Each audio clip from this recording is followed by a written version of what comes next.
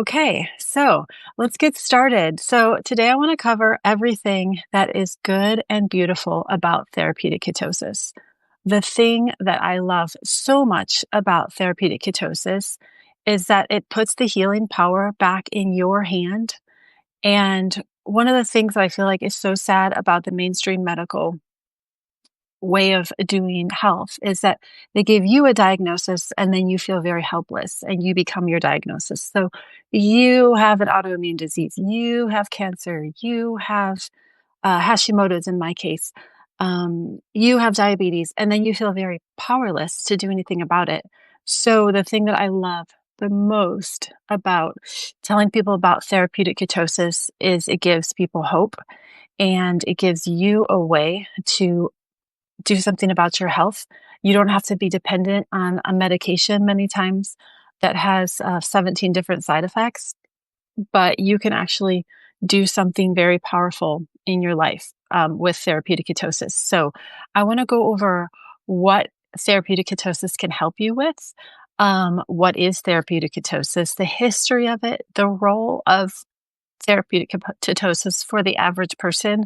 So, for instance, if you are one of these wonderful fortunate people who doesn't have an autoimmune disease, cancer, mental health diagnosis, is there still a role for ketosis in your life? And a spoiler alert, I believe that there is. And the how to, the nitty gritty of doing therapeutic ketosis, and why do we have a hard time understanding it? So, those are the topics for today. Feel free at any time during this talk to interrupt with a question. And I'm happy to stop what I'm talking about because I love questions and I like for this live format to be as interactive as possible. So I'm just going to scooch my screen around a second here. I realized I didn't get my screens all. Okay, there we go. Now I have my notes in the right place. Okay, so before we get to this topic about therapeutic ketosis, I just want to read a couple of readers' comments that I've gotten because they were so great. And I got this comment yesterday from somebody named T. And T, if you're on here, I hope that I'm pronouncing your name correctly. It was just spelled T-E in the comment. So this is what T says. She says, I was on low carb keto for about 3 years, and I'm now doing carnivore. Long story, but keto didn't solve my ongoing IBS. So IBS stands for irritable bowel syndrome. Actually, keto made it worse. So I started carnivore for health reasons. And now my IBS is in remission. I was a bloody mess. And in case you're wondering, IBS, irritable bowel syndrome, the main symptom is usually that you have very frequent and violent diarrhea. There can be other symptoms too, but she's totally in remission. And she said, my arthritis is completely gone. So then she says, my husband decided to jump on board as well. His lifelong addiction to alcohol is cured. So that's a new one. I mean, obviously, people have cured their alcohol addiction a lot of different ways, but to cure it through diet, I wish she would have expanded on that more. But anyway, that's what she says. And then this is a good one. His COPD is gone, and that stands for chronic obstructive pulmonary disease. Of course, the word pulmonary means lung, so that's a chronic lung disease. It's gone from doing carnivore. No more breathing treatments. He was on 5 breathing treatments a day plus inhalers. I'm glad I never gave up and have an open mind. So I love this story because if you go to the doctor, or as I did in my case, I went onto ChatGPT and Google and I typed in, can you reverse COPD, as this lady's husband did? And the answer is no, you can't reverse it and you can't completely heal from it, but you could deal with kind of the inflammation. In COPD, you have inflammation in the lungs and it blocks the airways. And it says basically by stopping smoking, you could keep the hold on a second, your camera autofocus is having seizures. Oh, I'm sorry. Okay, is anyone else having a hard time seeing me, feeling like it's blurry? Because it's possible, free human, that your internet is not working. So if you're hearing me and seeing me, okay, give me a thumbs up in the comments. Thank you. So, yeah, as I was saying, there's so many things that the mainstream medical community. Okay, good. It seems to be popping in and out of Zoom mode. Okay, everyone else seems to not be having that issue. So that might just, I wonder if that's your internet is not working very well. And that's kind of what happens in Zoom when your internet's not working. It makes people kind of freeze and just do weird things. So, yeah. But anyway, COPD is from the mainstream medical community considered uncurable. And this person cured it by doing the carnivore diet. So awesome and so inspiring. So I wanted to share that with you guys. I wanted to say briefly too, what would be the reasons why keto didn't work for her, but carnivore would. That would, I think it's likely that her IBS was caused by something called SIBO, which stands for small intestinal bacterial overgrowth. So we've talked about that a lot here, which is getting the wrong kind of bacteria overgrowing in your intestine. And that's a very common cause for SIBO. And the very best cure for SIBO is carnivore. And sometimes keto isn't enough. And that's just because you're eating so many vegetables with keto. And for a normal, healthy person, vegetables are awesome. I love vegetables. I'm not knocking vegetables. But when you have SIBO, small intestinal bacterial overgrowth, the very best way to starve those is to eat just meat. And your beneficial bacteria can survive just fine on meat. In fact, the cartilage tissue in meat, like if you were to eat wings or something, chicken legs, like drumsticks, you're getting more of that cartilage tissue. That's actually the favorite food of your beneficial bacteria. And this is very controversial, but a guy that I really like, his name is Ben Azadi, and he has a podcast called Metabolic Freedom. So he was really into, he's not a long-term carnivore, but he just like me recommends it for certain situations for certain people. So he was recommending it and he wanted to do an experiment. So what he did was he did what's called a GI map. And that's when you get your entire gut microbiome mapped out, meaning like they tell you exactly what species of bacteria you have growing there. They test for inflammation, parasites, and then they give you this whole report. So he did a GI map at the beginning, like just before he started carnivore. Then he did carnivore for 3 months, and then he did a GI map again.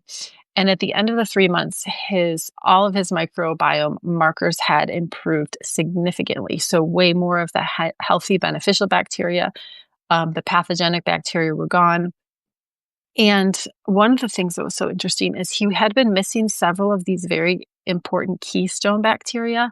I've talked about bifido, and there's different strains, Akkermansia. He was missing some of those, and they appeared in that second half, like after he had done the carnivore diet, these appeared. And I wrote a note to myself that I'm going to link to that episode. And if you even listen to just the first 5 minutes or the first 2 minutes of it, he explains all that. But he said that the findings were so interesting that the CEO of the company called him up and talked to him about his results. And they said that they were going to have to completely change their recommendations for clients because they had been telling clients, eat tons of fiber to support your gut. Obviously, since with the carnivore, he didn't have an ounce of fiber and he completely improved his gut microbiome. So all that to say, not everybody has to be on the carnivore diet, but it is useful and beneficial for some situations. And I love this story that this lady T told us that her husband no longer has COPD, which is supposedly, according to mainstream medical, incurable. And he's cured. And of course, the biggest story that you guys have probably heard is that Mikhaila Peterson, who's Jordan Peterson is a Canadian psychologist who's somewhat well known for YouTubes and whatever. And his daughter was dying of the most severe rheumatoid arthritis that her specialist doctors had ever seen. And to the point where she had to have hip replacements. So rheumatoid means that the antibodies are attacking your joints, your own body's attacking your joints. And so then she did diet. She was on, I believe, 17 medications at one time. But then she figured out that if she eliminated all foods except for meat, she could put herself in complete remission, went on to have a baby, has no more symptoms to this day.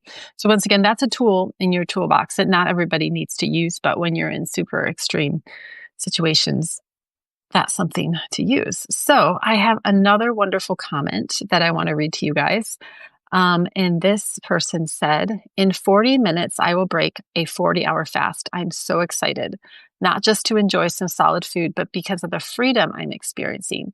If I were to compare myself to you or anyone else who's expertly fasting and feasting, I would be a loser. By the way, that's not true because everybody starts somewhere. And I was the person who floundered for a long time in learning how to fast. So, no, you're not a loser. But I'm comparing myself to how I have been, and I'm feeling like I have conquered the world. These two scriptures come to mind as I celebrate what God is doing in my mind and body. So she says, number one, God is the strength of my heart and my portion forever. This takes on new meaning to me. I can have as much of him as I want anytime I want. And then number two, she said, whatever you eat, whatever you eat or drink, or whatever you do, do to the glory of God. Fasting has become more of what I'm doing than what I'm not doing. I say all this with so much joy, peace, and gratitude. I thank God for you, for the way he's answered my prayers and the way he has shown his love for me in such a powerful way. And that now seems so simple, but before seemed so hard. God bless you and thank you forever. So it's just another beautiful story of someone who's just been blessed by fasting. And then lastly, last week, not last week, 2 weeks ago, the last time I did a live, I was mentioning a kind of yogurt called L-Reuteri. Actually, someone mentioned it in a comment, and then that reminded me to talk to you guys about it. So L-Reuteri, Lactobacillus reuteri, is the name of a specific strain of bacteria that should live in your gut. It doesn't live in everybody's gut because of all of the pesticides and the chemicals and the antibiotics and problems that we have. We can get these really important bacteria to die off. But I had mentioned that William Davis is an author of a book who talks about yogurt and your gut, and he did a bunch of really high level research about how the specific strain of L-Reuteri helps you to produce the hormone oxytocin. So I know that sounds strange, but that's how the human body works. So certain beneficial bacteria produce byproducts that aid our bodies in making neurotransmitters such as serotonin, dopamine, and also hormones such as oxytocin. So somebody wrote this to me. She said, in response to the L-Reuteri yogurt discussion on your latest video, I find that it does indeed make me more compassionate and loving. If I'm not eating the yogurt on a regular basis, I find myself irritated with my husband quite often. If I'm eating it, I feel patience and love for him. I find it amazing that a bacteria can do that for you. Okay, I just thought that was so great. So I know this sounds really like woo-woo, like fake science, but it's actually been scientifically proven that these bacteria help you produce not serotonin. Oxytocin. Okay, so oxytocin is the hormone that a mother produces when she's breastfeeding her infant. And I think that it makes a lot of us enlightened people from the Enlightenment. We're very scientific minded. Oh, repeat the name of the yogurt. Okay, so JJ, unfortunately, you can't buy this yogurt in the store. You have to make it. Let me write myself a note to link to, because if I don't write it down, I won't remember to do it. In the follow-up email that the paid subscribers will get, I will link to it. What I'm linking to is a little packet that you buy online. And you can probably Google L-Reuteri William Davis too, but I'll link to it. And it has directions on how you make it. And there's not really any store-bought versions that have a significant amount of L-Reuteri. And it's a little complicated. I think the first time I made it, it didn't turn out super great. I still ate it, and my family was kind of like, it has lumps in it, because they're kind of picky like that. But I thought it tasted just fine. So it might, just warn you, it might take a little tweaking. Oh, Sean Cernick says she is making her third batch of L-Reuteri yogurt today. I feel like we should get like something going in our community where someone's making a yogurt and they're sharing it and we're all buying it. Someone else is making the sauerkraut. Okay, so Sean says the first batch is watery. See, that's what happened to me too. And the second, not so much. So, yeah, it's spelled L period, which is short for lactobacillus. And then it's Reuteri. It's so weird. I could have sworn I put do not disturb on and now I'm being disturbed. Oh, I know what it is. my do not disturb, if it's someone from my favorites contacts me, then it still goes through. So anyway, so that's L-reuteri. So I think that a lot of us are a little bit uncomfortable with the idea that something like a bacteria in our guts can actually influence the way that we think and feel towards other people. Like she was saying, how she thinks and feels towards her husband. But we got to keep in mind the way that God designed our bodies.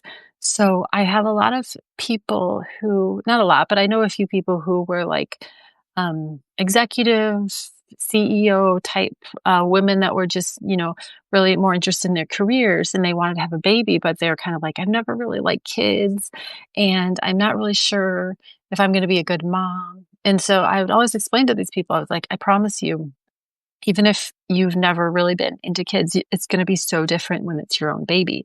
And so, isn't it a beautiful design that when a mother is sitting there nursing her baby, that God actually gives her a hormone called oxytocin that gives her feelings for that baby, to want to be nurturing and to want to care for that baby. And so, and it also, by the way, the L-reuteri yogurt also works for men too, but it doesn't turn men into women like other kinds of like estrogens can. But it just makes you a little bit more compassionate towards other people. So it's interesting where I'm not saying this as a conspiracy that I believe in, but I'm just saying if somebody wanted to like destroy humanity, what's currently happening would be a really good way to do it. Like ruining our gut through pesticides, glyphosate, poison in the water, all of the different things that we're exposed to. Like, I don't know that it was necessarily done intentionally, but it's bad. It's bad. And so when you don't have the correct bacteria in your gut, you don't necessarily have the correct hormones. So I also want to point out that the feedback system goes two directions. So it's not just what happens in your body that influences your mind, but also what happens in your mind influences your body. So, and your hormones. So I was listening to a talk from Mary Ruddick, that she's probably my favorite mentor. And she was telling about how her strategy for dealing with couples that are experiencing infertility. So she started to talk about her strategies, and I was all of a sudden like, are we allowed to say that? Like, are you going to get like banned from YouTube? Because the things that she started saying were so not politically correct, but she was literally just talking from a biological perspective. So I'm just going to tell you what she said. She said, if you are an infertile couple, you're trying to get pregnant, then both the husband and the wife need to make sure, for the sake of their biological hormones, that they are acting like men and women. So she's like, this is what I want you to do. If you're a woman, I want you to start arranging flowers. I want you to start very calmly going around the house and making it beautiful and playing nice music and making a wonderful meal and being nurturing. And she said that actually increases your female hormones and don't carry the weight of the financial responsibility of family. And don't be exercising yourself to death and don't be doing competitive sports. And then she was like, and if you're a man, you need to stop doing things around the house and you need to go outside and conquer some things, whether it be weeds or hunt or do something. Anyway, there was a lot more to it than that, but it was just so funny because I was like, I don't know if we're allowed to say that. you know but she was literally like, this is how I solve people's infertility. When you act like a man or when you act like a woman, it makes you produce more estrogen, more testosterone. Okay. Sean said that William Davis in his book Super Gut has a few different yogurt recipes using different lactobacillus for focusing on different, I think she's going to say different hormones that you need. Okay, JJ, I love that she said that too, because there's so much like role reversal in the world. And so like if a woman wants to stay home, then that's not necessarily like esteemed. But anyway, just for the sake of like biological issues, the way that you act actually affects I'm saying all that because I'm going back to the theme of putting all of the hope on you being able to heal yourself from certain things that you're struggling with. And that's not to say that if somebody has infertility, that I'm necessarily assuming that they are not acting like a man or a woman. It's just something to consider. And it does work for a lot of her clients. So let's talk about the ketogenic diet because it is so beautiful. And I want to start by talking about the idea of what can the ketogenic diet heal. And I don't think that you guys are actually prepared for this. Let me just move my screen over. Okay. Unless you've read some of the things I wrote about the ketogenic diet a while back, and it's probably been 6 months or maybe more, I really don't think you're ready for this. So get ready. I'm going to just copy this entire page that I'm reading from and drop it at the bottom of this follow-up email that the paid subscribers will get with this recording. Because each one of these has something linked to it, a medical study, a scientific study published in a major journal to back up what I'm saying. So let's start at the beginning. What can therapeutic ketosis help with? Number one, neurological disorders. So I'm going to be talking a bit about this more when I go into the history of therapeutic ketosis in just a second. But number one is epilepsy. Okay. Number two is Alzheimer's disease. Number three, Parkinson's disease. Number four, multiple sclerosis. Okay. MS. Number five, ALS, also sometimes called Lou Gehrig's disease. I can't remember what number one, traumatic brain injury. Like I said, there's a study for each of these. Stroke, autism spectrum disorders. Therapeutic ketosis absolutely helps with that. Headaches and migraines. That's my own experience. I had pathogenic migraines several times a week until fasting put me into therapeutic ketosis. And sleep disorders. Okay. That was all just under the category of neurological disorders. Okay. Are we ready for part two of what therapeutic ketosis can help you with? Psychiatric and mental health disorders. Schizophrenia. Once again, I have a medical reference for that. Bipolar disorder, depression, anxiety, and here's a strange one, anorexia nervosa. Now, we're kind of used to thinking of anorexia as being only for girls who want to look very skinny. But in a medical literature, it's also it's a term that also encapsulates people that don't want to eat for other reasons because they don't want to look skinny. And it's just kind of something that happens, not necessarily for weight loss, but people just don't want to eat. And so that's also categorized as anorexia. And the ketogenic diet can give them their appetite back again and the will to live. I know it's strange. I have a medical study. I have several of them for you. Okay, part three, metabolic and endocrine disorders. It can help cure type 2 diabetes. I think we know that. Type 1 diabetes, that was really strange. This would have to be caught very early because what happens with type 1 diabetes, and I wish they didn't even have the same name. I wish they weren't both called diabetes because they are opposites almost.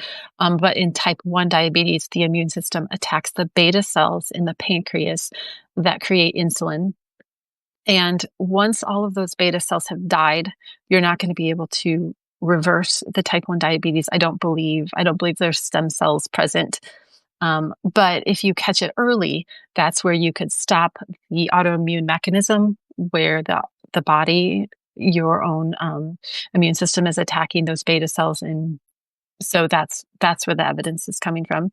Of course, obesity, metabolic syndrome, which is a little bit more broad than obesity. It includes having low HDL cholesterol, which is considered your good cholesterol. I personally, and a lot of other medical doctors and researchers consider both of the cholesterols, LDL and HDL, as good, but LDL is the one that everybody universally agrees is good.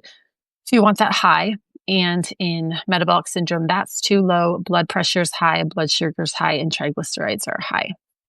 Okay, so therapeutic ketosis helps metabolic syndrome and it helps cure PCOS. That stands for polycystic ovarian syndrome. I've read multiple statistics saying that that's becoming a 1 in 4. Um, 1 in 4 American women having PCOS, which usually leads to infertility. And then, of course, non alcoholic fatty liver disease can be reversed by the ketogenic diet. And that's another thing that in medical literature says that there's no cure for it and it can't be reversed. And a lot of times, the phrase there's no cure and it can't be reversed is mainstream medical speak for we don't have a drug. So you can do a lot with diet and lifestyle that you can't do with mainstream medicine. So, are we ready for part 4? Therapeutic ketosis helps with autoimmune and inflammatory disorders. I have a study saying that it helped cure people's rheumatoid arthritis, inflammatory bowel disease, Crohn's, and ulcerative colitis. Let me real quick just differentiate between those two. So when you use the term inflammatory bowel disease, that would be like an umbrella. And underneath that umbrella, you have Crohn's, which affects both the small intestine, which is called small because of its diameter, but it's a lot longer. That always confused me as a kid. Whereas ulcerative colitis only affects the colon, also known as the large intestine. It's called large because it has a larger diameter, but it's a lot shorter. And so Crohn's affects both, and UC is normally just the colon. Okay, so ketosis can help with that. Psoriasis, a skin peeling inflammation kind of thing, is autoimmune driven, and the ketogenic diet can heal that. And then other autoimmune diseases such as lupus, Hashimoto's, and thyroiditis. Hashimoto's thyroiditis is what we are doing right here, right now. Seeing if I can cure my own Hashimoto's, which is the most severe case of Hashimoto's that I've personally ever come across. I don't have any statistics about how mine compares to the average person's, but I just know that usually you're diagnosed when your TSH, meaning your thyroid stimulating hormone, is between 5 and 10, and mine is 48. So it's like so far off the chart. And I know this is confusing, but the higher your TSH number is, the lower your thyroid function is, because your brain is having to like scream and scream and scream at your thyroid to please produce more hormone. And what causes Hashimoto's? Well, nobody knows, but I think that this is my theory of what causes it. The thyroid is very susceptible to chemicals and toxins. And so the toxins and chemicals get into the thyroid. And the main theory is that the body attacks tissues that have a lot of toxins in them. And so that's causing, when the thyroid gets full of fluoride and heavy metals and whatever, glyphosate, whatever toxins are floating around, that the body then attacks the tissues and they're congregating in there. So what I'm doing right now is I put my little ketone strip in, and we are going to test my ketones. So just so these numbers make sense for you guys, in case you ever want to get these, you go like that and you cock it. And that's a little orange thing. That means it's ready. So 0.5 and above is considered therapeutic ketosis. Now, the average person that I poke, and I do this quite often, because I meet with a number of clients that live in my town in person, and I'm like, can I take your ketones and can I take your blood glucose? So the average person who is eating just a regular carb heavy diet will have usually 0 ketones, or sometimes if they're extremely healthy, they'll have like 0.1 or 0.2. But once you get to 0.5 and above, that's considered a low level of ketosis. Now, for the deep healing that I'm wanting to do, 1.5 to 2, actually 2 is your ultimate goal. So let's see what I have going on here today. So I just gave my finger a little prick. See my little drop of blood there? Once you put your little ketone strip in, you got to wait till that little blood drop flickers, and that means your strip is ready. And then we'll just wait for about 9 seconds to see. Hold on a second. I didn't get the blood in because I wasn't looking. Oh, and I dripped blood on my keyboard. That's adorable. Okay. Blood went in. And we will see. So 2.0 and above is the ultimate goal. Let's see what we got going on here. 2.9. Okay. I'm just going to give myself a little round of applause. After this 36-hour fast, so I've only been fasting since last night. I finished eating at 6:30 p.m., I believe. So I've only been fasting for not 12, 14, 15 hours. So not so long because it's only 9:30 here on the West Coast. But I'm excited to see after this 36-hour fast, I'm going to let's see, this is what I'll do. I'll put a comment on the post. Let's see. Hopefully I'm going to write the follow-up to this later today, and then I'll either edit the post or put a comment on it so you guys can know what my ketones are tomorrow. Okay, I'm so excited about 2.9. That is so stinking good for my Hashimoto's that I got my ketones that high.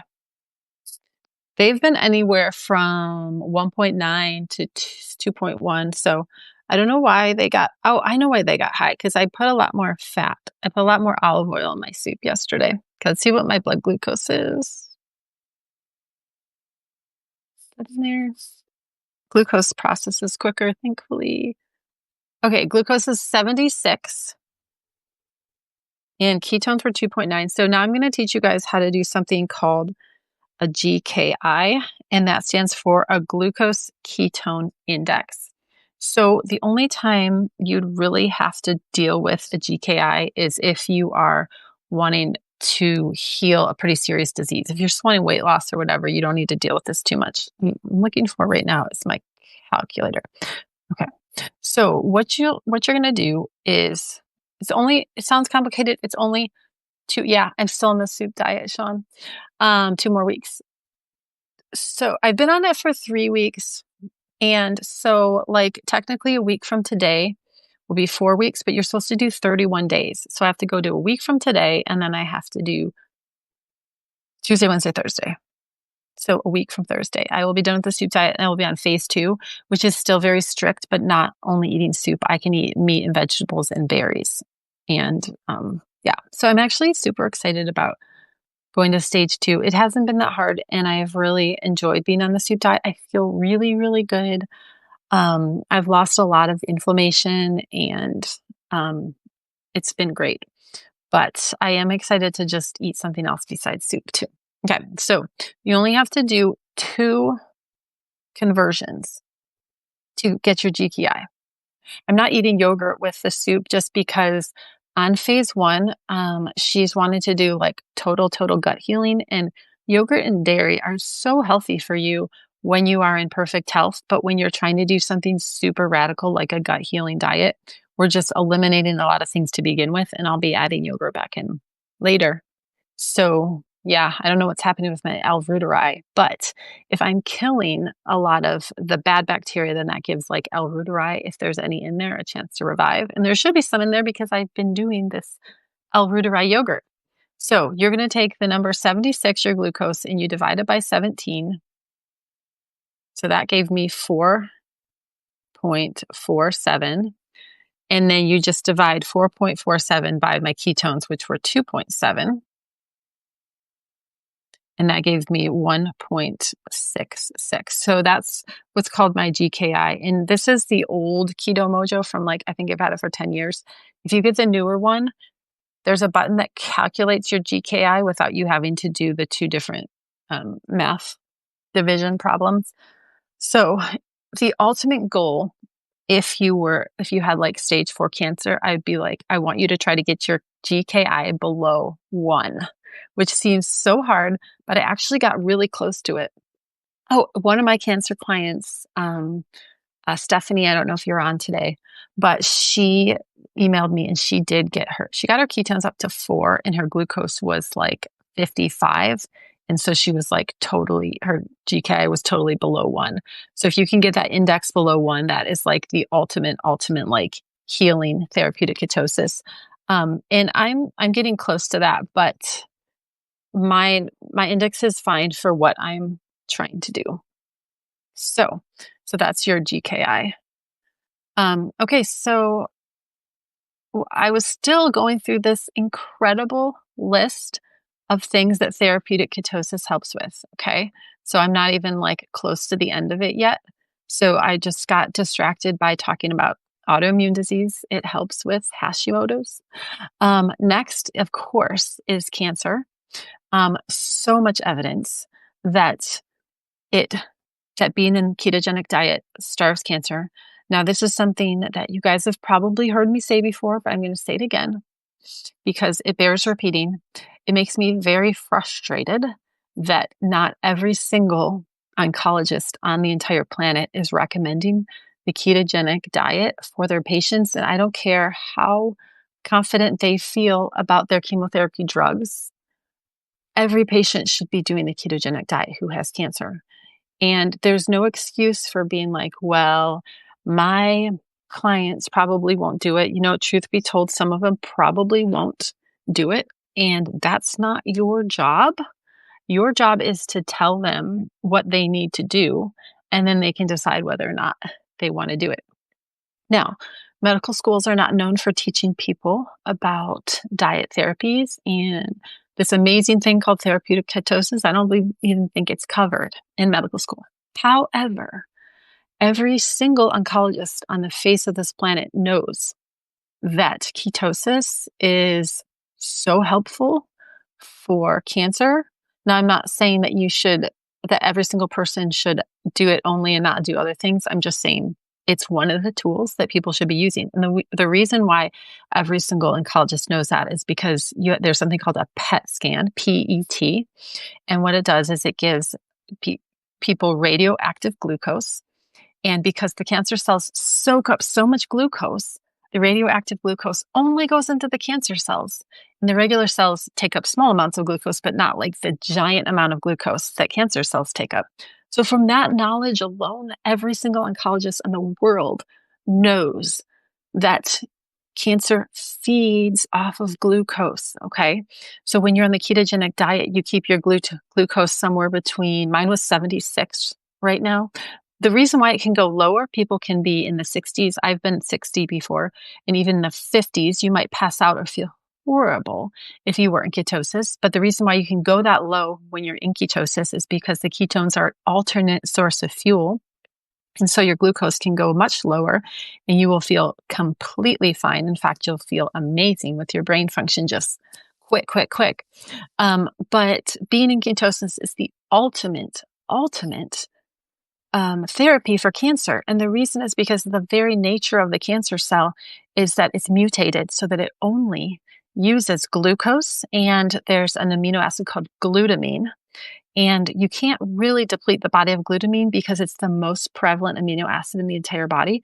But when you have very low glucose, 60s, 70s, compared to the average person's after eating it, could be 140. Some people's are over 200, which I call diabetic, but there's different doctors have different ways of classifying diabetes. But when I have one of my clients whose blood glucose is getting above 140 after a meal, I'm calling that pre-diabetes. And if it's getting above 180, I'm calling that urine diabetes. But I've had people's 220. When you're in really severe diabetes, it's 300. But think about how much more fuel that is for your cancer than keeping your glucose down in 60s. Now, it's not, you don't want to get your glucose as low as possible. Like, let's go 40, let's go 30. That's not the idea. But the idea is that you're weakening the cancer cells and then your own immune system can come in and wipe them out. And you're not allowing that to proliferate and multiply by giving them this glucose that they crave. And what's so beautiful about therapeutic ketosis is that your own cells that are not cancerous can thrive perfectly well on fatty acids or glucose. So they're hybrid machines. Just like a car, some cars can use, like a Prius can use gas and electric, your cells can use fatty acids or glucose, with the exception of your brain cells, which can use glucose or ketones. So all of the cells have two fuel options. And the reason why the brain cells don't use fatty acids is because the brain itself is made out of fat tissue. And this is why it's so important that if you are a parent of a young child, you turn that food pyramid upside down. And you know how at the top of the food pyramid, they're like just little bits of oil and fat. Well, it's true if it were vegetable oil, please, and just no vegetable oil. But they don't want people eating a lot of fat. They want you having 7 to 11 servings of carbs a day. That's not what builds a baby's brain, a child's brain. They need fat, they need cholesterol, they need bone marrow, they need egg yolks, they need everything that you've been told they shouldn't eat. They need salt. They do not need apple juice and Cheerios and all of those terrible things on the bottom part. So anyway, I got on a tangent. Man, I'm getting a lot of tangents today.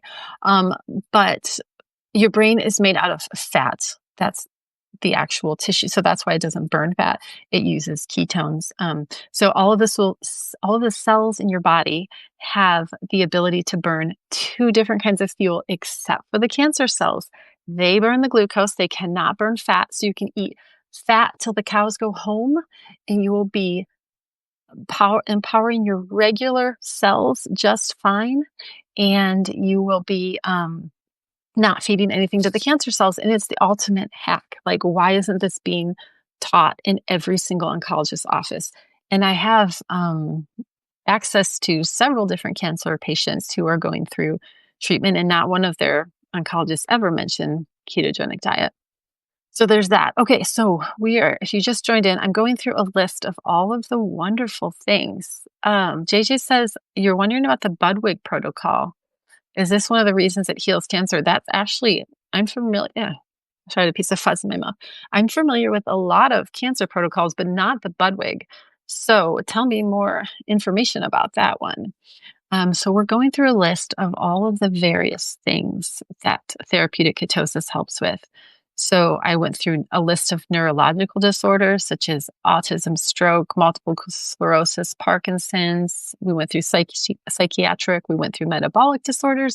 We went through autoimmune. I went through cancer. Now we're in another category called cardiovascular illness. Ketogenic diet helps with heart disease. It improves your lipids profile, which to me doesn't mean that we're trying to reduce our LDL necessarily, but we do want to reduce the smaller particles that are more pathogenic. It helps with heart failure. Ketones provide efficient fuel for cardiomyocytes, reducing oxidative stress.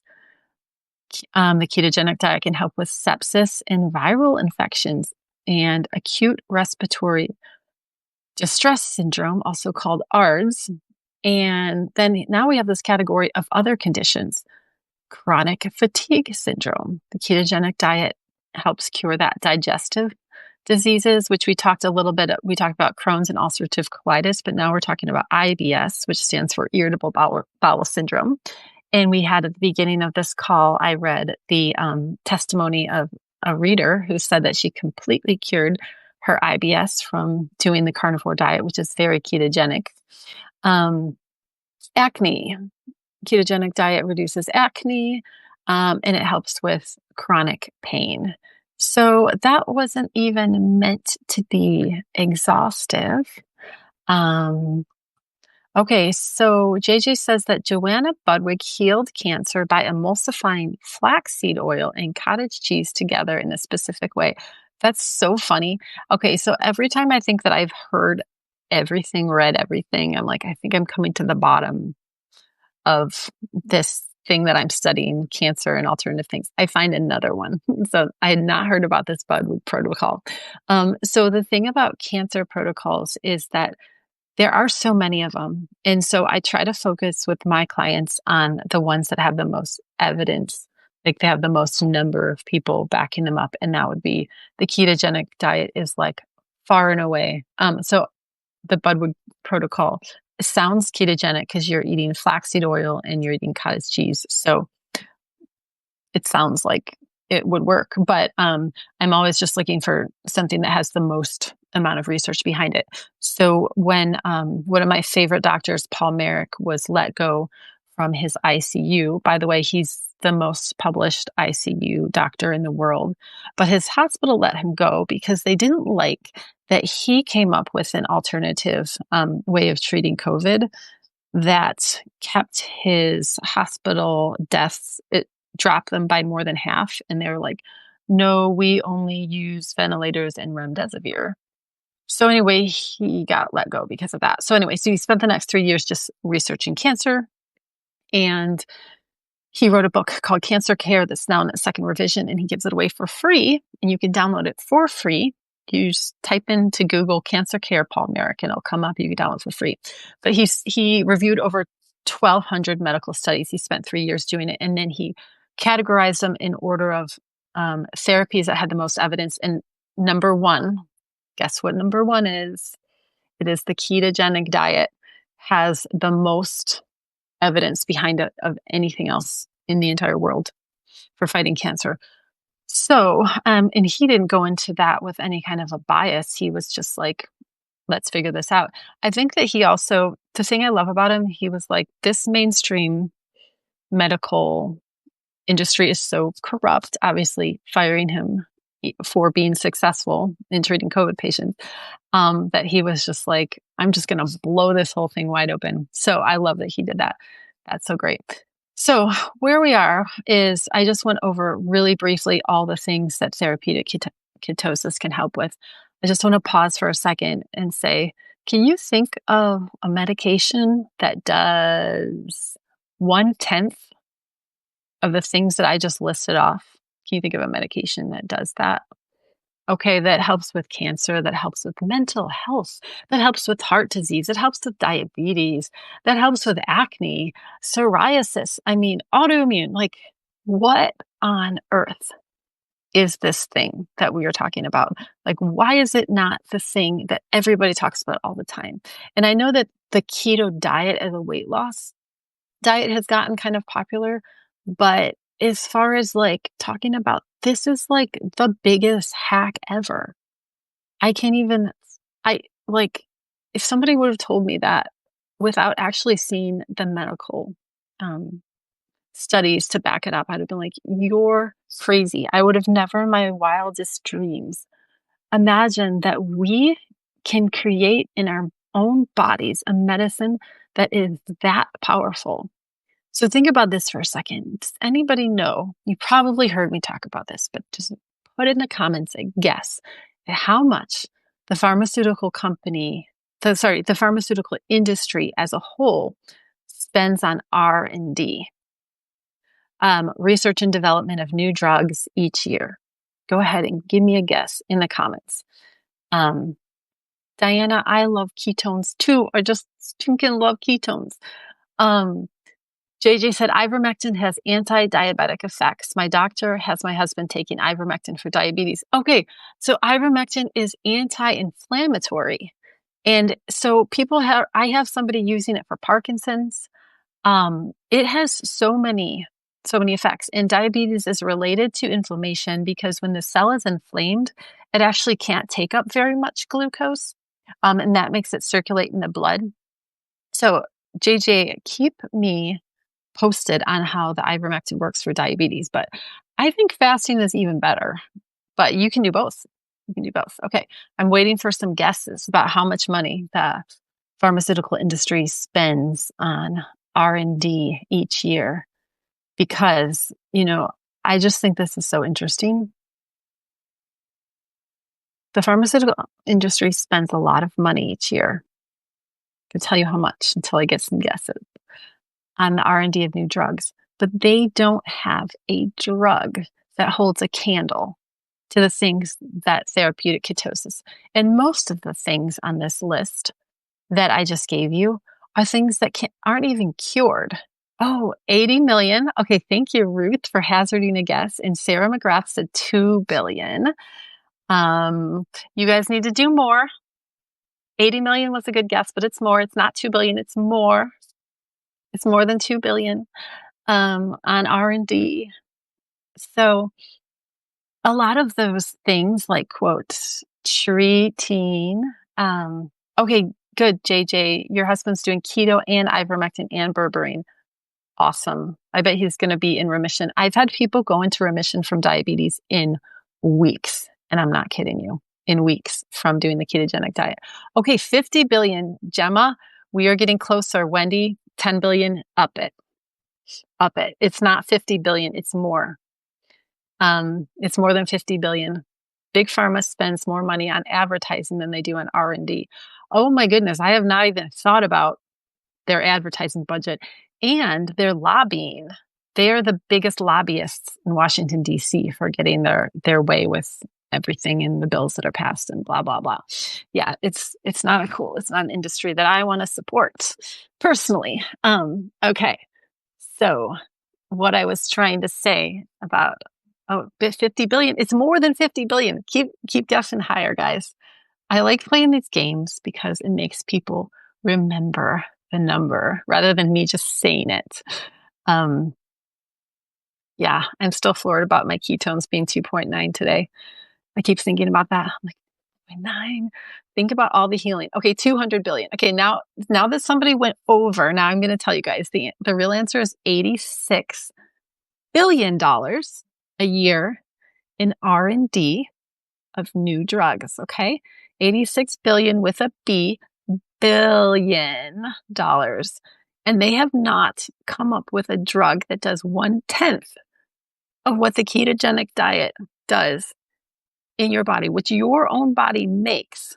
This little molecule called ketones, your own body makes it when you reduce the carbohydrates, and it cures all of those diseases that I just mentioned.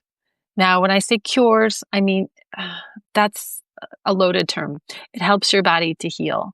How much is it going to help to heal? It depends on what stage you're in, and it depends on how long you do it, and it depends on how faithful you are, and if you can get to that GKI of 1 or below. All of those things are factors. I'm a guinea pig right now. If you guys are just tuning in, I have Hashimoto's thyroiditis, and I'm getting my ketones up. I'm going to be on a ketogenic diet for probably 6 months, probably longer, just depending on how long it takes for me to get my antibodies down and my thyroid function up.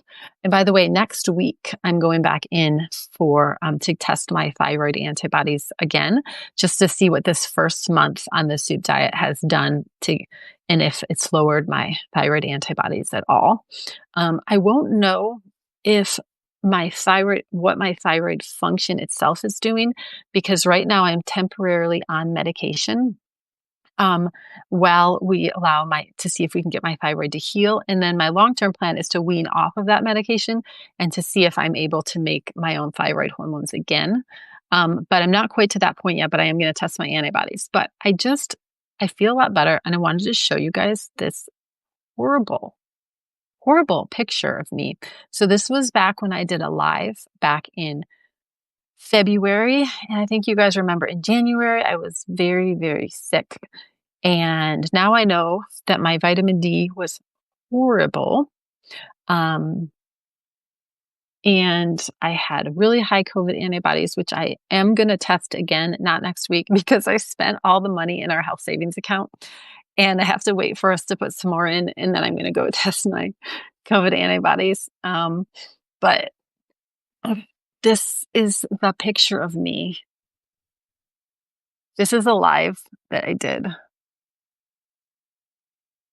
Okay, I don't know if that works for me to hold the laptop up to the camera, and if you guys could even see that, but my eyes are so swollen and I have like bags under my eyes, and I don't even I look at that person, I'm like, I do not know who that person is.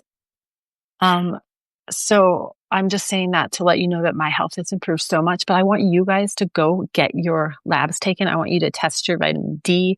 I want you to test your thyroid. I want you to test your iron. I have extremely low ferritin, it turns out, and that's because I have a very heavy periods, and that's because I have estrogen dominance, and I'm doing all kinds of stuff like that. Yes. Okay. So my face is so much less swollen. What on earth was happening to me back then? I don't know.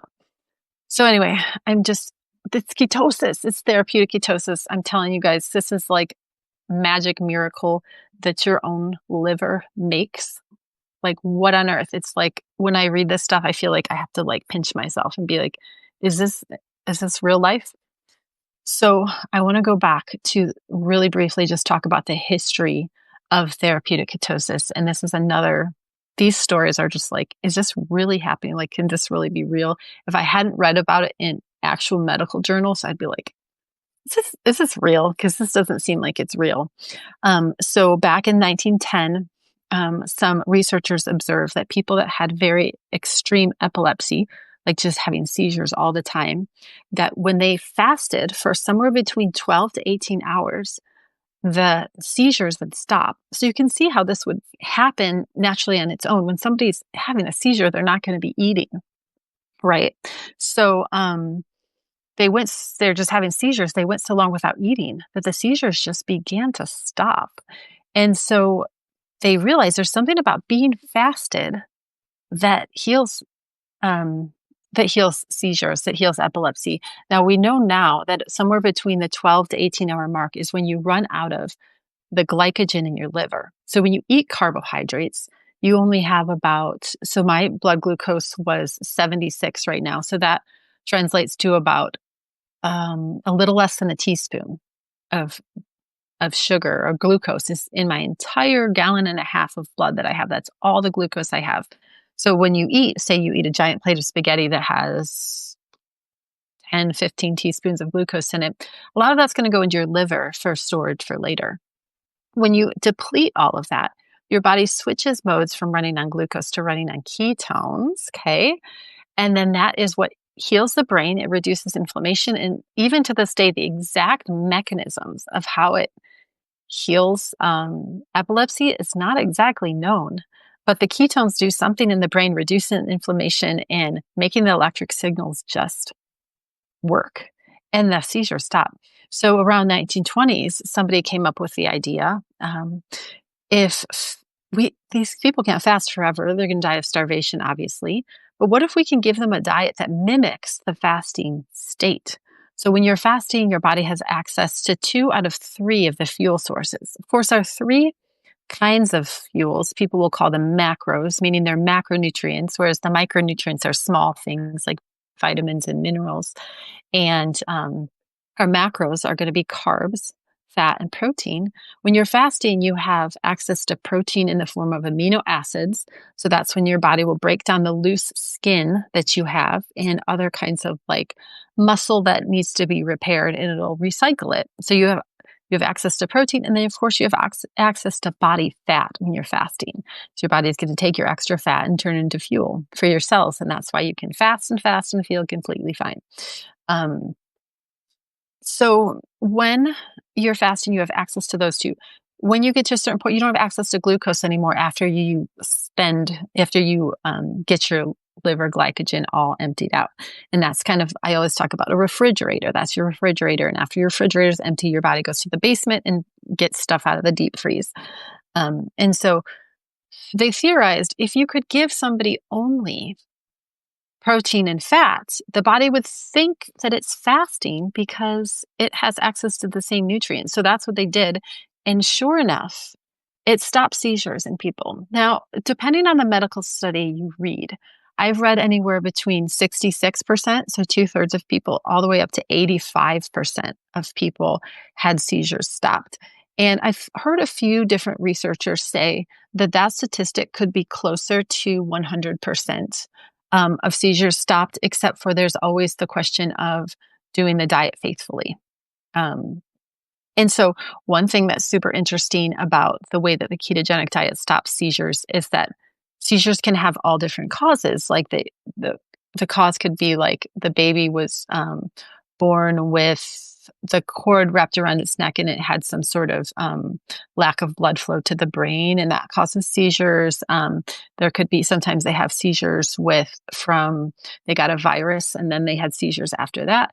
So there's different causes, but it doesn't matter what the cause is. The ketogenic diet helps people with seizure control despite the cause, if that makes sense.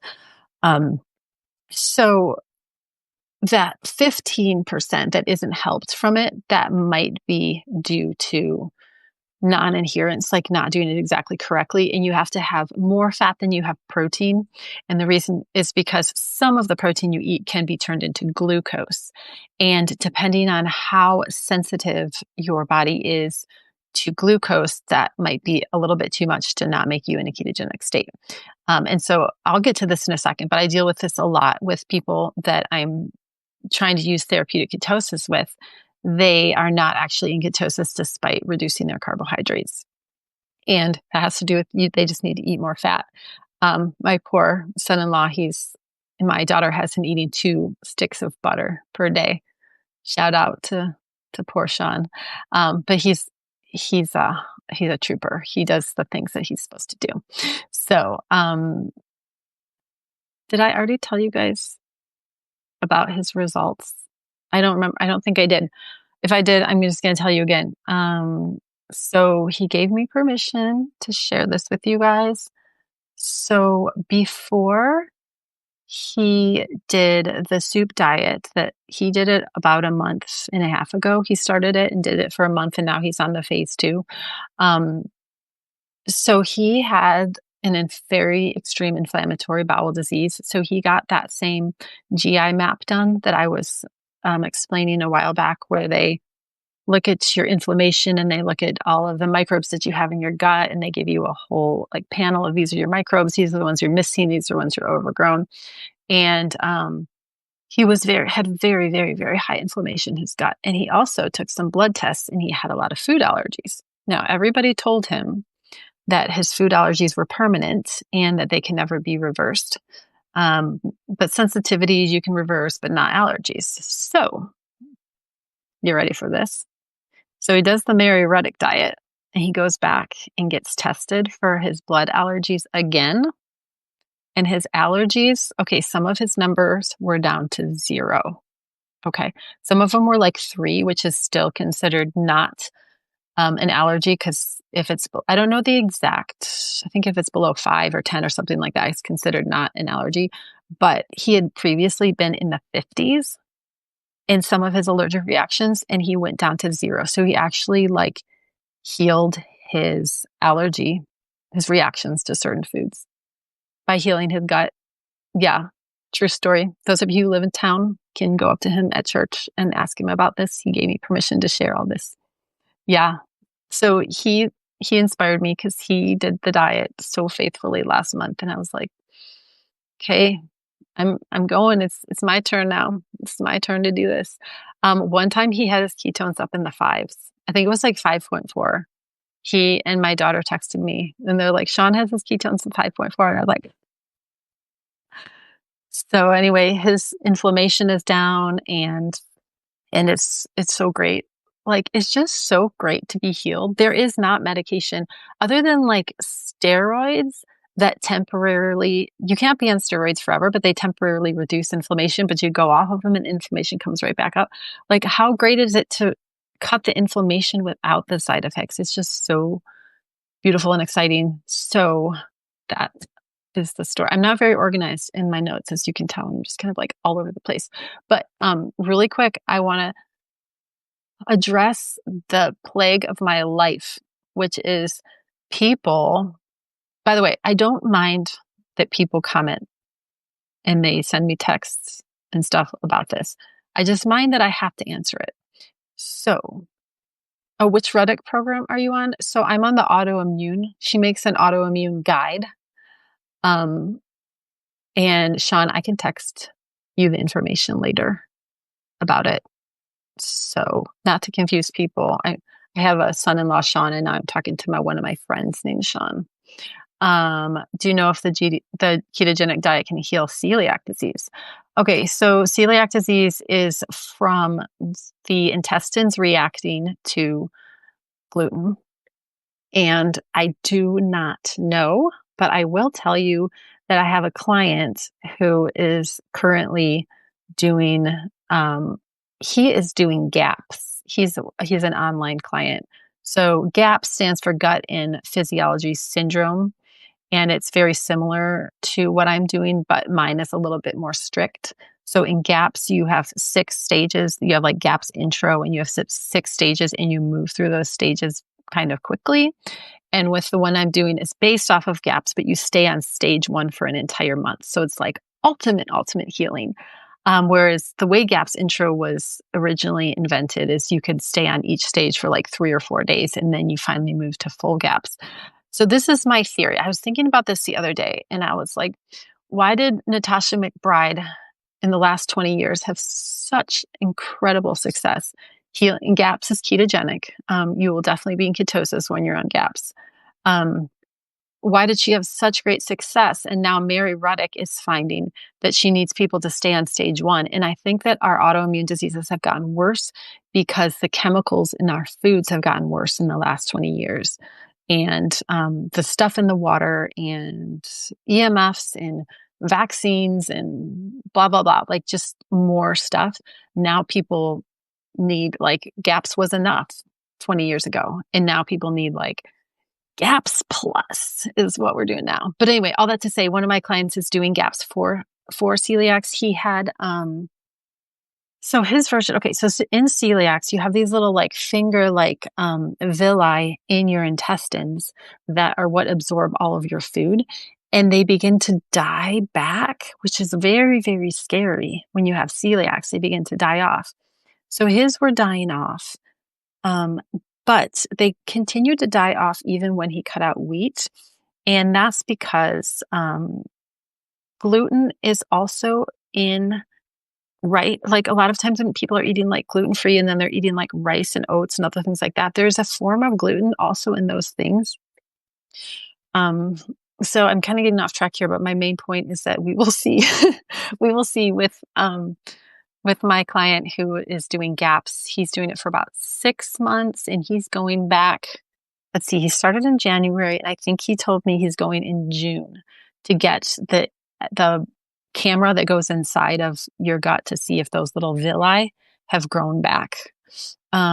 This poor guy has been on steroids for 12 years straight. So I really think that the GAPS diet is going to do it. To help with that stuff. So long story short, I don't personally know anybody, but I'm going to write myself a note to research that. I've never actually asked that question. My guess is that yes, the ketogenic diet would help with celiac disease because it's another one of those inflammatory diseases. You don't really have diseases apart from inflammation. And what the ketones do more than anything is they just cut the inflammation even more than something like a steroid does, but without the side effects of a steroid. So I have this nemesis question that always comes to my inbox, and it's not anybody's fault, but Dr. Mercola, Lord bless him, he was wonderful about the COVID vaccine. He was very outspoken about people should not take the COVID vaccine. It's not been tested, whatever. He's done a lot of good things. However, recently he got really into this weird spiritualism stuff. And he has some sort of Eastern mystic spiritual guide. And this is not hearsay. It's stuff that he's admitted. Somebody showed me a flyer of his and I think he was coming to Nashville and he was doing a seance. So yes, I think a celiac is a response to glyphosate, and glyphosate kills the gut. If you're wondering why I'm doing this and you can't see the comments, it's because I'm responding to comments.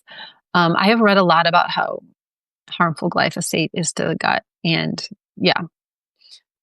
So I'm going to pause for a second and go back to JJ's comment. If you're thinking about doing the soup diet, you have to buy everything organic. You have to get chicken and beef that's locally raised, organic. I guess it doesn't have to be locally raised, but it needs to be pastured.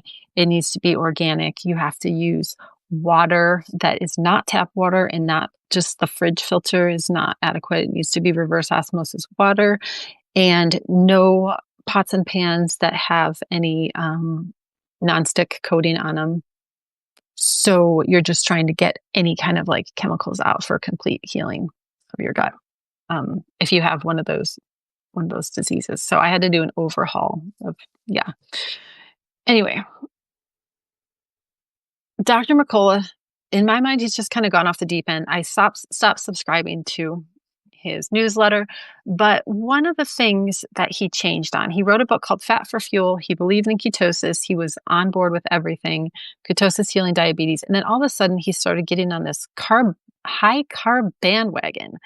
And I don't know if that's related or not to his like weird spiritualism, but in my mind, he's not a reliable source of information anymore. Now, he does have a team of writers, so that means that it's possible for him to still put out stuff that has reliable information in it. I'm not saying that everything he says is wrong, but he started coming out with this all this information saying that people have to eat carbs constantly, and if they don't, their cortisol is going to come up. So people started messaging me, and they're like, Dr. Mercola, he's this health guru, probably number one health guru in the entire world. If you're not following him, please don't.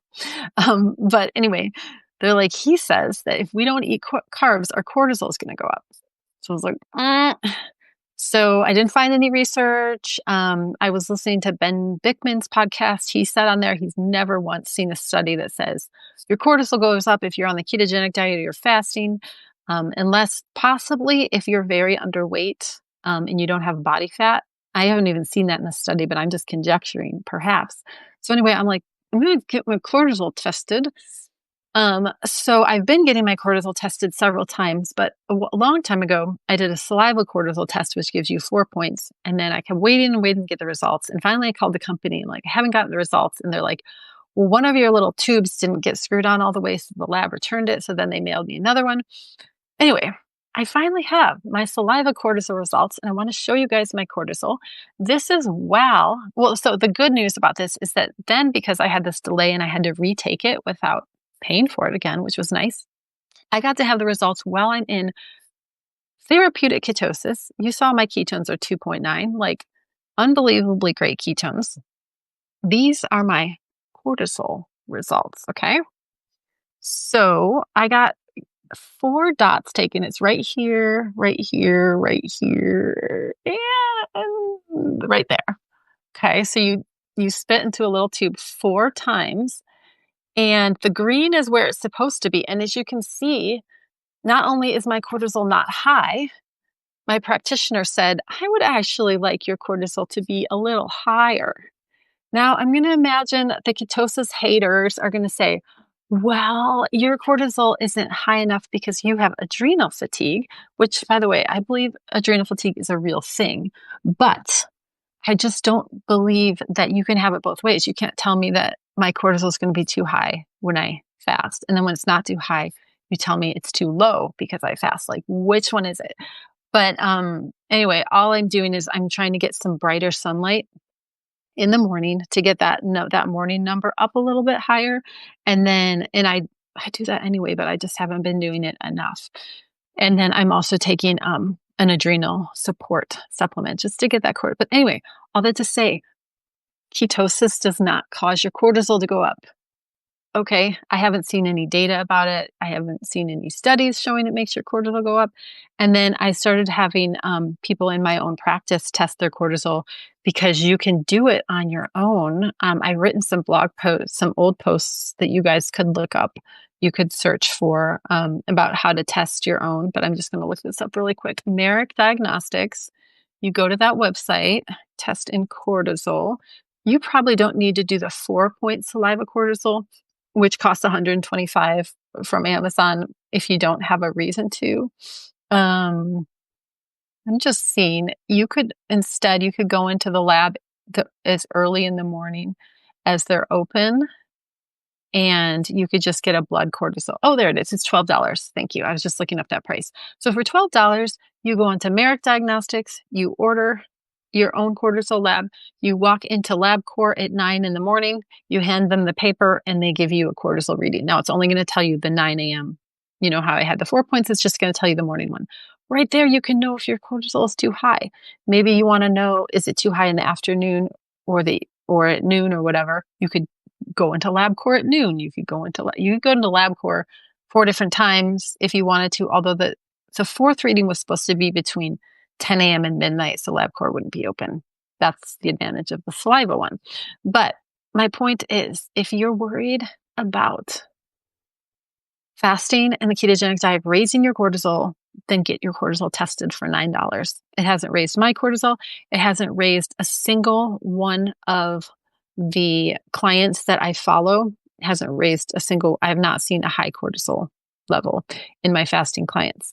Now, I have seen low cortisol. That is much more common. And that is called, obviously, as I was saying before, it's called adrenal fatigue. And then there's some eating more salt is something that can really help with adrenal fatigue, getting vitamin C. Vitamin C is concentrated in the adrenal glands. Native Americans would eat the adrenal organs of the animals they killed because that kept them from getting scurvy. So yes, you need to support your adrenals for sure. But I'm just not seeing. So if you read that on the internet that it causes your cortisol go up, don't believe it. Okay. Next question. Go ahead, and if you have any questions, go ahead and type it in. Okay, so I think I interrupted myself when I was talking about the history of ketosis. So 1920s, they realized that if you gave people just a small amount of protein and a lot of fat, that it mimicked a fast and it got rid of epilepsy. Fast forward to about the 40s, and they developed epileptic drugs that sometimes worked and sometimes didn't work. And because of that, then this whole idea that epilepsy could cure, that the ketogenic diet could cure epilepsy completely fell out of favor, and hospitals and doctors stopped teaching it and using it at all. So fast forward to, I believe this happened in the 90s, but I could be wrong. Somewhere around the 90s, there's a Hollywood director. His name is Jim Abrams, and he directed some older movies, Airplane, Naked Gun, and some comedies such as that. So he has a son named Charlie. And Charlie developed very, very severe epilepsy to the point where he was having 80 seizures a day, and nobody knew what was causing them. And because being a Hollywood director, he had a lot of money. So of course he took Charlie to the best epileptic doctors in the entire world. And they tried all the medications, and none of the medications worked at all. And so as the story goes, Jim Abrams himself went to the library. So this is the 90s, before the internet, and researched about epilepsy and read about the ketogenic diet, and somehow convinced his doctors to let him try it for his son. And his son was completely cured of epilepsy. He went from having 80 seizures a day to zero seizures a day. And the other thing that is so interesting about this story, Jim Abrams' story with Charlie, is that after a few years, Charlie was able to go off the ketogenic diet and live a normal life and never had epilepsy return. So I'm not sure the exact time frame, whether it was 2-3 years, somewhere in there, that he was on a very strict ketogenic diet, but it healed his brain. It healed whatever was wrong in his brain, so that later he was able to eat a normal diet. So I thought that was so cool. And after that happened, Jim Abrams started something called the Charlie Foundation, which is still going to this day. And you can read about it, to spread awareness about the ketogenic diet. Because the weird thing for Jim Abrams was like, why am I taking my son to the top doctors in the world, and nobody is even mentioning the ketogenic diet for my son's epilepsy? And so he really wanted to spread awareness. And since then, there are some hospitals in the US now who will use the ketogenic diet for epilepsy, but not all of them. You have to find the right one. And but I have it firsthand from a friend who has a daughter in her 20s with epilepsy, that she's taken her daughter to neurologists her whole life, and no one had ever mentioned the ketogenic diet for her. So it's changed a little, but it hasn't completely permeated the medical field. But one thing that I really, really loved was Jim Abrams made a movie. He directed a movie. As far as I know, this is the only movie he directed that's not a comedy. But it has Meryl Streep in it, and it's called First Do No Harm. And it tells the story of a boy who has epilepsy, and the mom goes to the library So he changed the details a little bit. The mom goes to the library and finds out about the ketogenic diet because none of the drugs are working to stop the boy's epilepsy. And the medical system fights and fights and fights her. The movie was so important for me to watch. And the reason is because I see it as representative of what's going on in the medical field as a whole, meaning that there are these amazing um, cures for diseases that we are not told about. And not only are we not told about, but we're fought. So in the movie, the mom really has to fight, fight, fight hard to be able to, I won't tell you what happens in the end, but it's a happy ending, but to be able to get her son to even let them try the ketogenic diet for her son who has uncontrollable seizures. And it just emotionally, it's just such a good movie. I'm not saying it's like a great movie from an aesthetic perspective of like filmmaking masterpiece or anything like that, but I just mean like the way the story is told is very profound, and it does have Meryl Streep in it, but other than that, it feels a little bit like B-list. Like, you know what I'm saying. I'm not saying it's a cinematic masterpiece, but it is so representative to me of how the healthcare system works. And so I really recommend. It's called First Do No Harm. You can rent it on Amazon. Super, super, super good movie. But so that's kind of the history. So ever since Jim Abraham's advocacy, it's been a little bit more well known that the ketogenic diet can heal epilepsy. And then more recently, what happened is that a Harvard professor named Chris Palmer, he recently wrote a book called Brain Energy, which is very difficult to read. And unless you're like a brain scientist, I don't really recommend you start with that one. There's a easier one to read called Change Your Diet, Change Your Mind. I think that's what it's called, by Georgia Ede. I think I have it on my shelf upstairs. I don't think it's on this shelf. Actually, I'm going to check and see. No, it's upstairs. I had somebody over and I was showing them all my health books, so they're all sitting up there. But that one's a lot better. As far as not better, but it's like a lot easier to read. The one called Brain Energy is very much made for like the scientific community. I did actually read the entire thing, but it was a bit of a slog at times because I'm not a brain scientist. So anyway, his story, Chris Palmer's story, is that he did mainstream psychiatry for 27 years. And he prescribed the drugs, and he just was growing more and more discouraged because nobody was getting better. And what he tells, the first 3 chapters of Brain Energy are actually quite easy to understand. It's just when he gets into the neuroscience that it gets a little tough. Yes, and Chris Palmer is humorous when he's interviewed. He has so many amazing podcasts. He's such a good speaker. I just love him. But he says in the first 3 chapters of his book that he was so discouraged because people were getting worse and worse and worse. And so someone would come to him and they had depression and he'd give them a medication. And then 6 months later, they came to him and now they had not only depression, now they had anxiety. And so he gave them 2 more medications. And then the next time he saw them, now they had depression and anxiety, and now they had OCD. And so it was like he was giving more and more and more medications, and then other medications to undo the side effects of those medications. And he was just discouraged. So he had this one patient who was about 150 pounds overweight. And by the way, a lot of these psychiatric medicines, they disrupt your whole, energy signaling in your body, and they cause you, it's not uncommon for people to gain 100 or 150 pounds on these medications. So a guy had gained 150 pounds and he thought he had also had schizophrenia. So the types of people that come to Chris Palmer are people that are what's called treatment resistant. So his practice, and he's also, like I said, a professor at Harvard as well, but his practice was to treat people who had treatment resistant types of mental health problems. So they'd already been to 3, 4, 5 psychiatrists and nobody could treat them. And then they came to him. So same things with this gentleman, very overweight, and he had schizophrenia, voices in his head all the time. So Chris Palmer thought to himself, well, one thing that I can do for you is I can help you lose weight. And so Chris Palmer himself had done the ketogenic diet and lost weight on it. So he said, let's do the ketogenic diet just to help you lose weight. That was his only goal. So 3 weeks later, the guy came back and said, I've been doing the ketogenic diet, just like you said, I've lost some weight. But you know what's funny?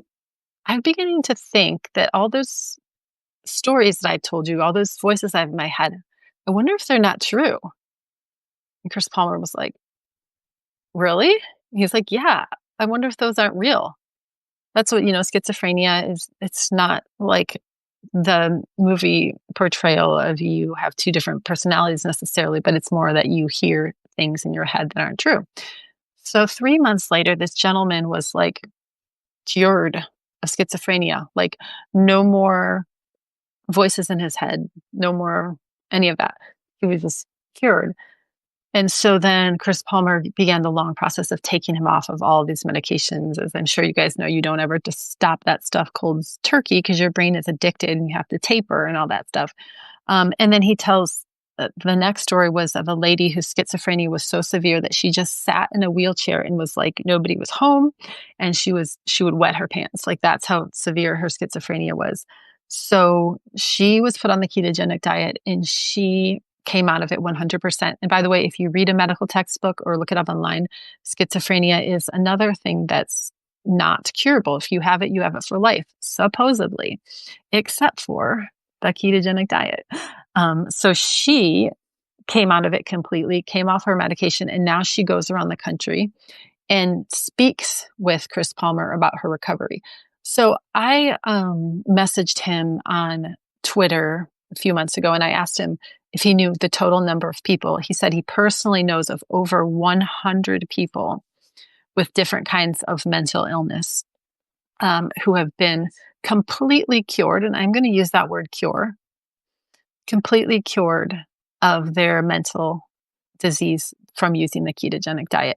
And so after all that happened, then he wrote Brain Energy to explain what goes wrong in the brain when there's not enough energy. And it can be depression, it can be anxiety, it can be the ketogenic diet. I'm sorry, it can be the schizophrenia. So all of those things are just symptoms of not having enough energy. So that kind of blows the mainstream medical framework apart. So we have, we have cancer, we have epilepsy, which many times doesn't have a cure, cured by ketogenic diet. We have mental health problems, which are often not better with medication, and that they can be completely cured by the ketogenic diet.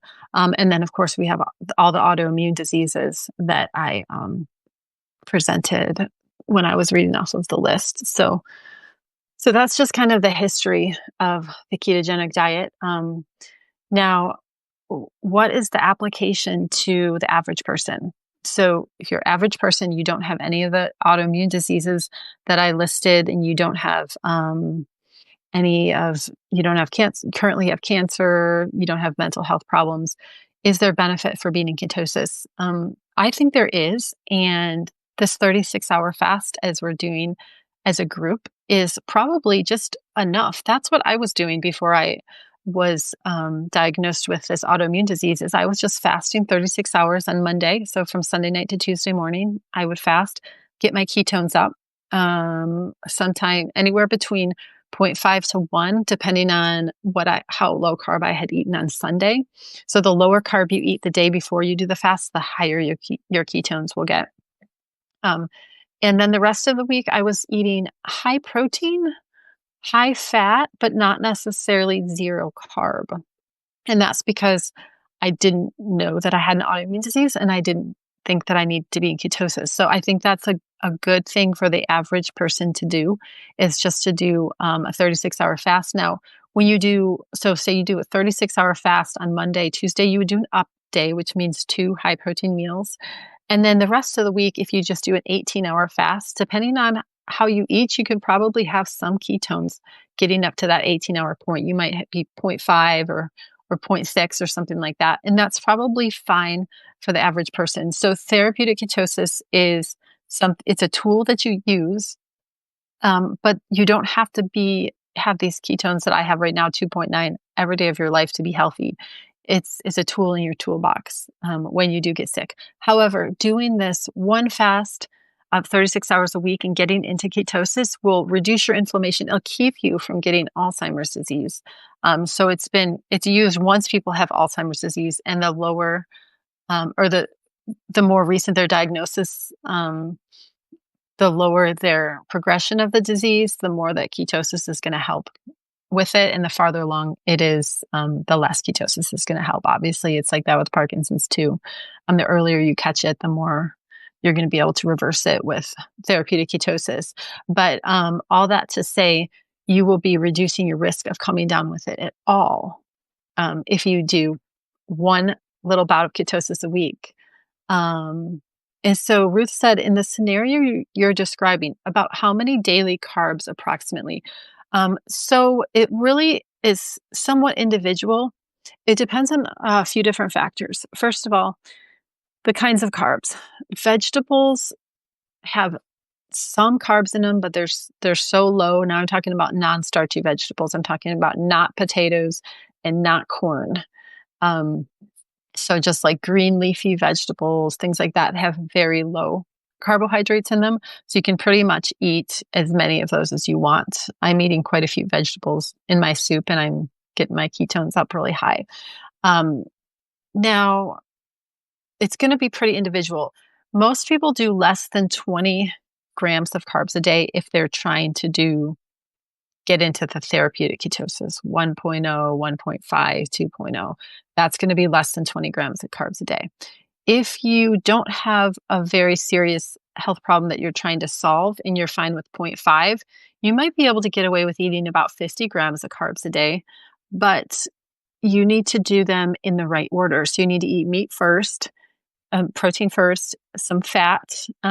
If you have a salad, some vinegar really helps slow down the absorption of the carbs into your bloodstream. And then if they're more of like whole carbs rather than just like ultra processed food, is going to be really kicking you out of ketosis. When I wore a continuous glucose monitor for a month,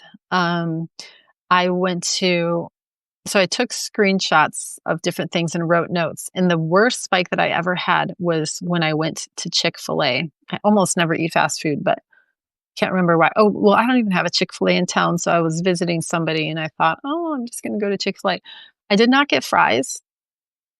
I got the chicken strips, which are breaded. And my glucose like spiked through the roof. And I don't even think it had anything to do with the total amount of carbs. I don't think there were that many carbs in it, but I think it was just refined. And I wonder also if the oils affected it too. But my carbs spiked so bad after eating that. So there's other factors besides just the total amount of carbs. It's like, are they homemade carbs? How refined are they? Like chips and crackers are going to be worse than like a homemade slice of sourdough bread. But you can experiment. And depending on how serious you are about improving your health, if you have something like, if you have Alzheimer's disease in your family, or if you have cancer in your family, or if you have autoimmune disease in your family, it might be worth it to go ahead and just buy the Keto Mojo and track. But if you're just in general just need to lose weight, you probably don't need to get the Keto Mojo and track. So it kind of just all depends on your weight loss goals and stuff like that. Okay. Any other questions? Let me make sure I covered all of the points that I said that I was going to cover.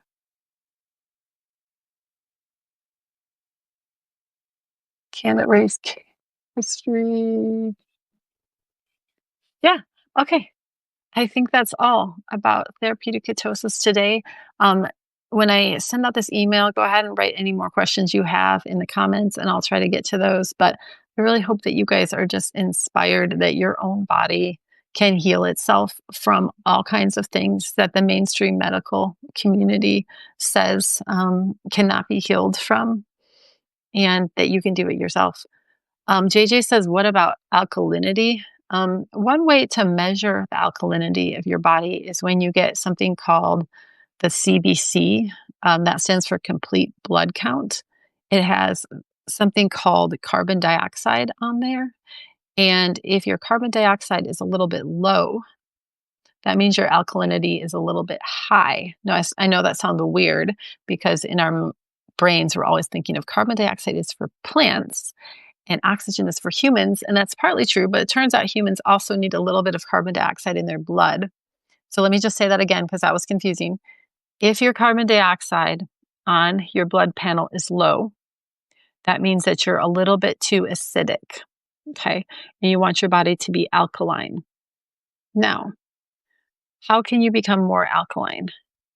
There's a couple of things that you can do. I'm not a huge fan of drinking alkaline water unless you do it away from food because you really want stomach acid, and alkaline water can temporarily reduce the acidity in your stomach, and you want your stomach acidity nice and high because you want all of those proteins to be broken down into amino acids and also the fiber to be broken down. Okay.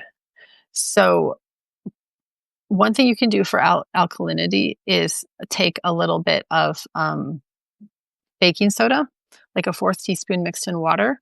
And I was doing that for a while. So I got my blood tests back. My carbon dioxide was slightly on the low side. It was still in the reference range, but I like my numbers to be in the middle.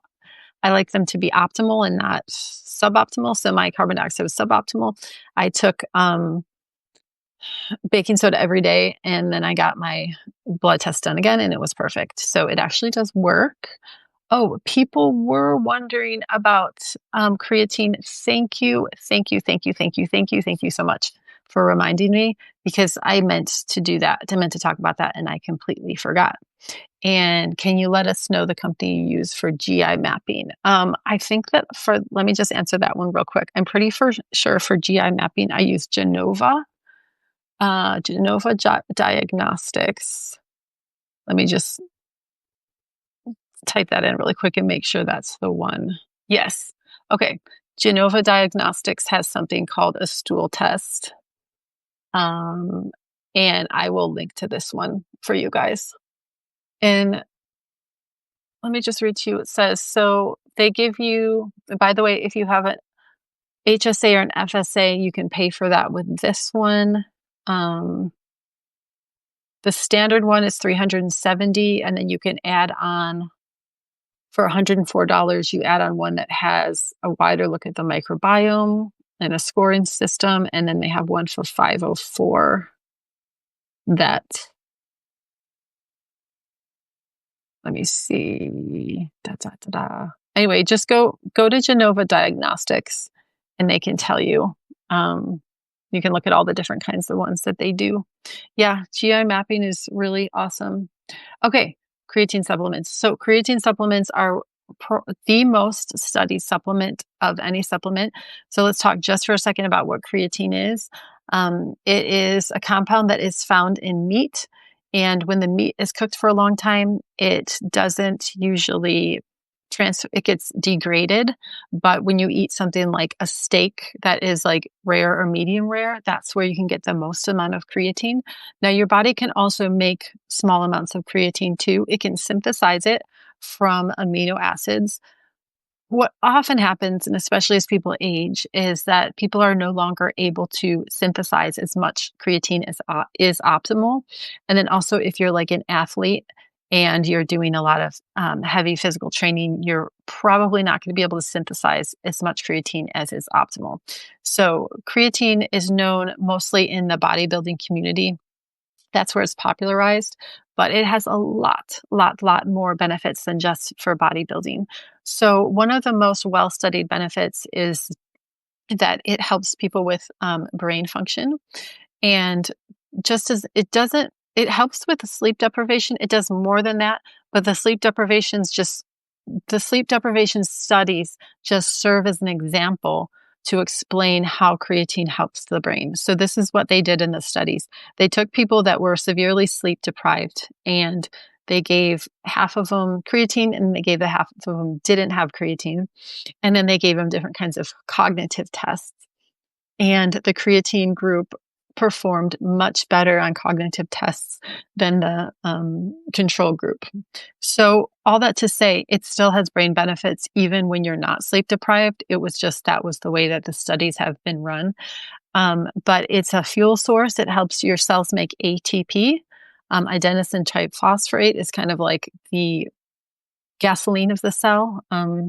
You think of food, energy, glucose, or fats as being kind of like the crude oil that enters the cell. It's not in a form that the cell can use. And so it goes through something called the electron transport chain, a chain of events that turns it into actual fuel that the cell can use, kind of like gasoline. And that's what ATP is. And so creatine donates a phosphorus molecule. I don't know. No, sorry, phosphorus atom to that process and speeds it along. So it helps you with brain energy. It helps you with any kind of muscle energy. It also helps. When I was researching for this question, I saw a study that said it really helps older adults maintain their muscle mass because sarcopenia, which means muscle mass wasting, is really common in older adults. I also read that it helps with bone density. And especially in older adults who have osteoporosis or osteopenia at the beginning of osteoporosis, creatine also helps with that. So anywhere in your body that is going to be a high energy, so like your eyes, your retina, it can help with macular degeneration because those are very high energy cells. Obviously, the brain is the highest energy cells, and then your muscles are the other highest high energy consuming area. Now, when you do start taking creatine, if you step on the scale and it looks like you've gained 1 pound, possibly 2 pounds, it's simply because the creatine pulls water into the muscle. And so it's not harmful. It's not inflammation. You didn't actually gain weight. You didn't actually gain 2 pounds of muscle overnight. There's just a little bit of water that follows the creatine. And that's actually a good thing that you want. It's not going to make you look chubby or whatever. It's just going to be it's going to show up on the scale when you first start taking it. Now, how much to take per day? The regular dose is 5 grams. I like to buy the powder because I don't like to swallow 5 more pills. They usually come in 1 gram capsules in addition to all of the other supplements that I'm taking. But if you're not taking a bunch of other supplements, maybe you wouldn't mind swallowing 5 pills. It's just that I'm already swallowing so many pills that it's easier for me to take a scoop. What I do is I take a scoop, I put it in water, and I put it in like this much water because my principle when I have to drink something is instead of ruining an entire drink that was like this big and now I have to drink something this big, I'm just going to like put it this big and just like, and it doesn't taste too bad. It doesn't really have a strong taste. It's chalky. It just kind of feels like you're drinking chalk. And I don't want to drink a huge chalky drink. I'm just going to down a little chalky drink. So the normal dose is 5 grams, which is a teaspoon. And most of the powder ones come with a little scoop in monohydrate. Creatine monohydrate is the studied one. It's pretty inexpensive. But you can also do something called creatine loading. And this is what I recommend for both my husband and my daughters who are not very good at remembering to take all of their supplements every day. I have them do creatine loading, meaning when they say, how much creatine do I take again? I say, how about you take 2 tablespoons or 1 tablespoon? The reason why I say that is because they do not, like I said, they do not remember to take their creatine very often. And maybe they're taking it like twice a week or something like that. But creatine is one of the very, very few supplements that you can load, which means you can, like athletes will take like 20 grams at a time until they reach muscle saturation and then they will back off. Now, you can't do this with other kinds of supplements. You try to do this with magnesium, you're going to get diarrhea. Like normally you can't load, you got a day in and day out, take a little bit of something. But creatine is extremely strange in that you can load. Like you can take a lot and your muscles will take up however much you take. You can take 20 grams. You take it with food, so don't take it when fasting. But with food, with your meals, you can take the creatine and you can load it up. And then, like, say you're going to go out of town for a week and you don't want to bring creatine with you because you don't want the TSA people looking through your bag and it looks exactly like cocaine. Of course, I have all these things in my bag that look suspicious now. But then you could just take double and then don't take it for a week. It's kind of cool that way.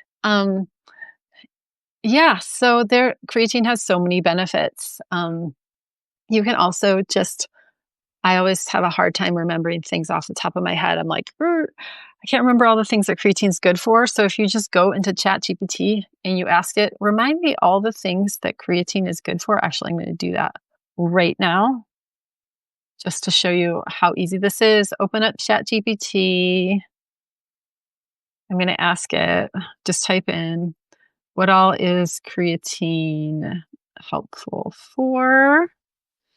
And it'll just give you a whole list of things. Okay, it's currently typing.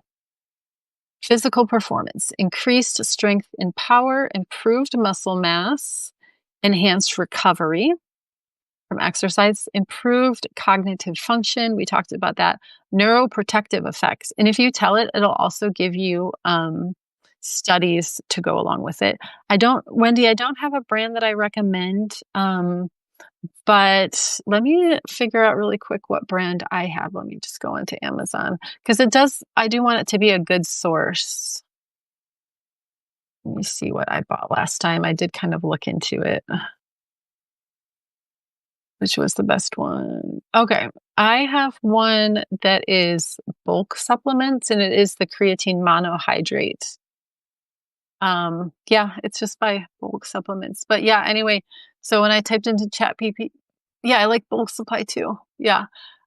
So brain and cognitive health, improved cognitive function, neuroprotective effects, studied for use in neurodegenerative diseases like Parkinson's, ALS, and Huntington's.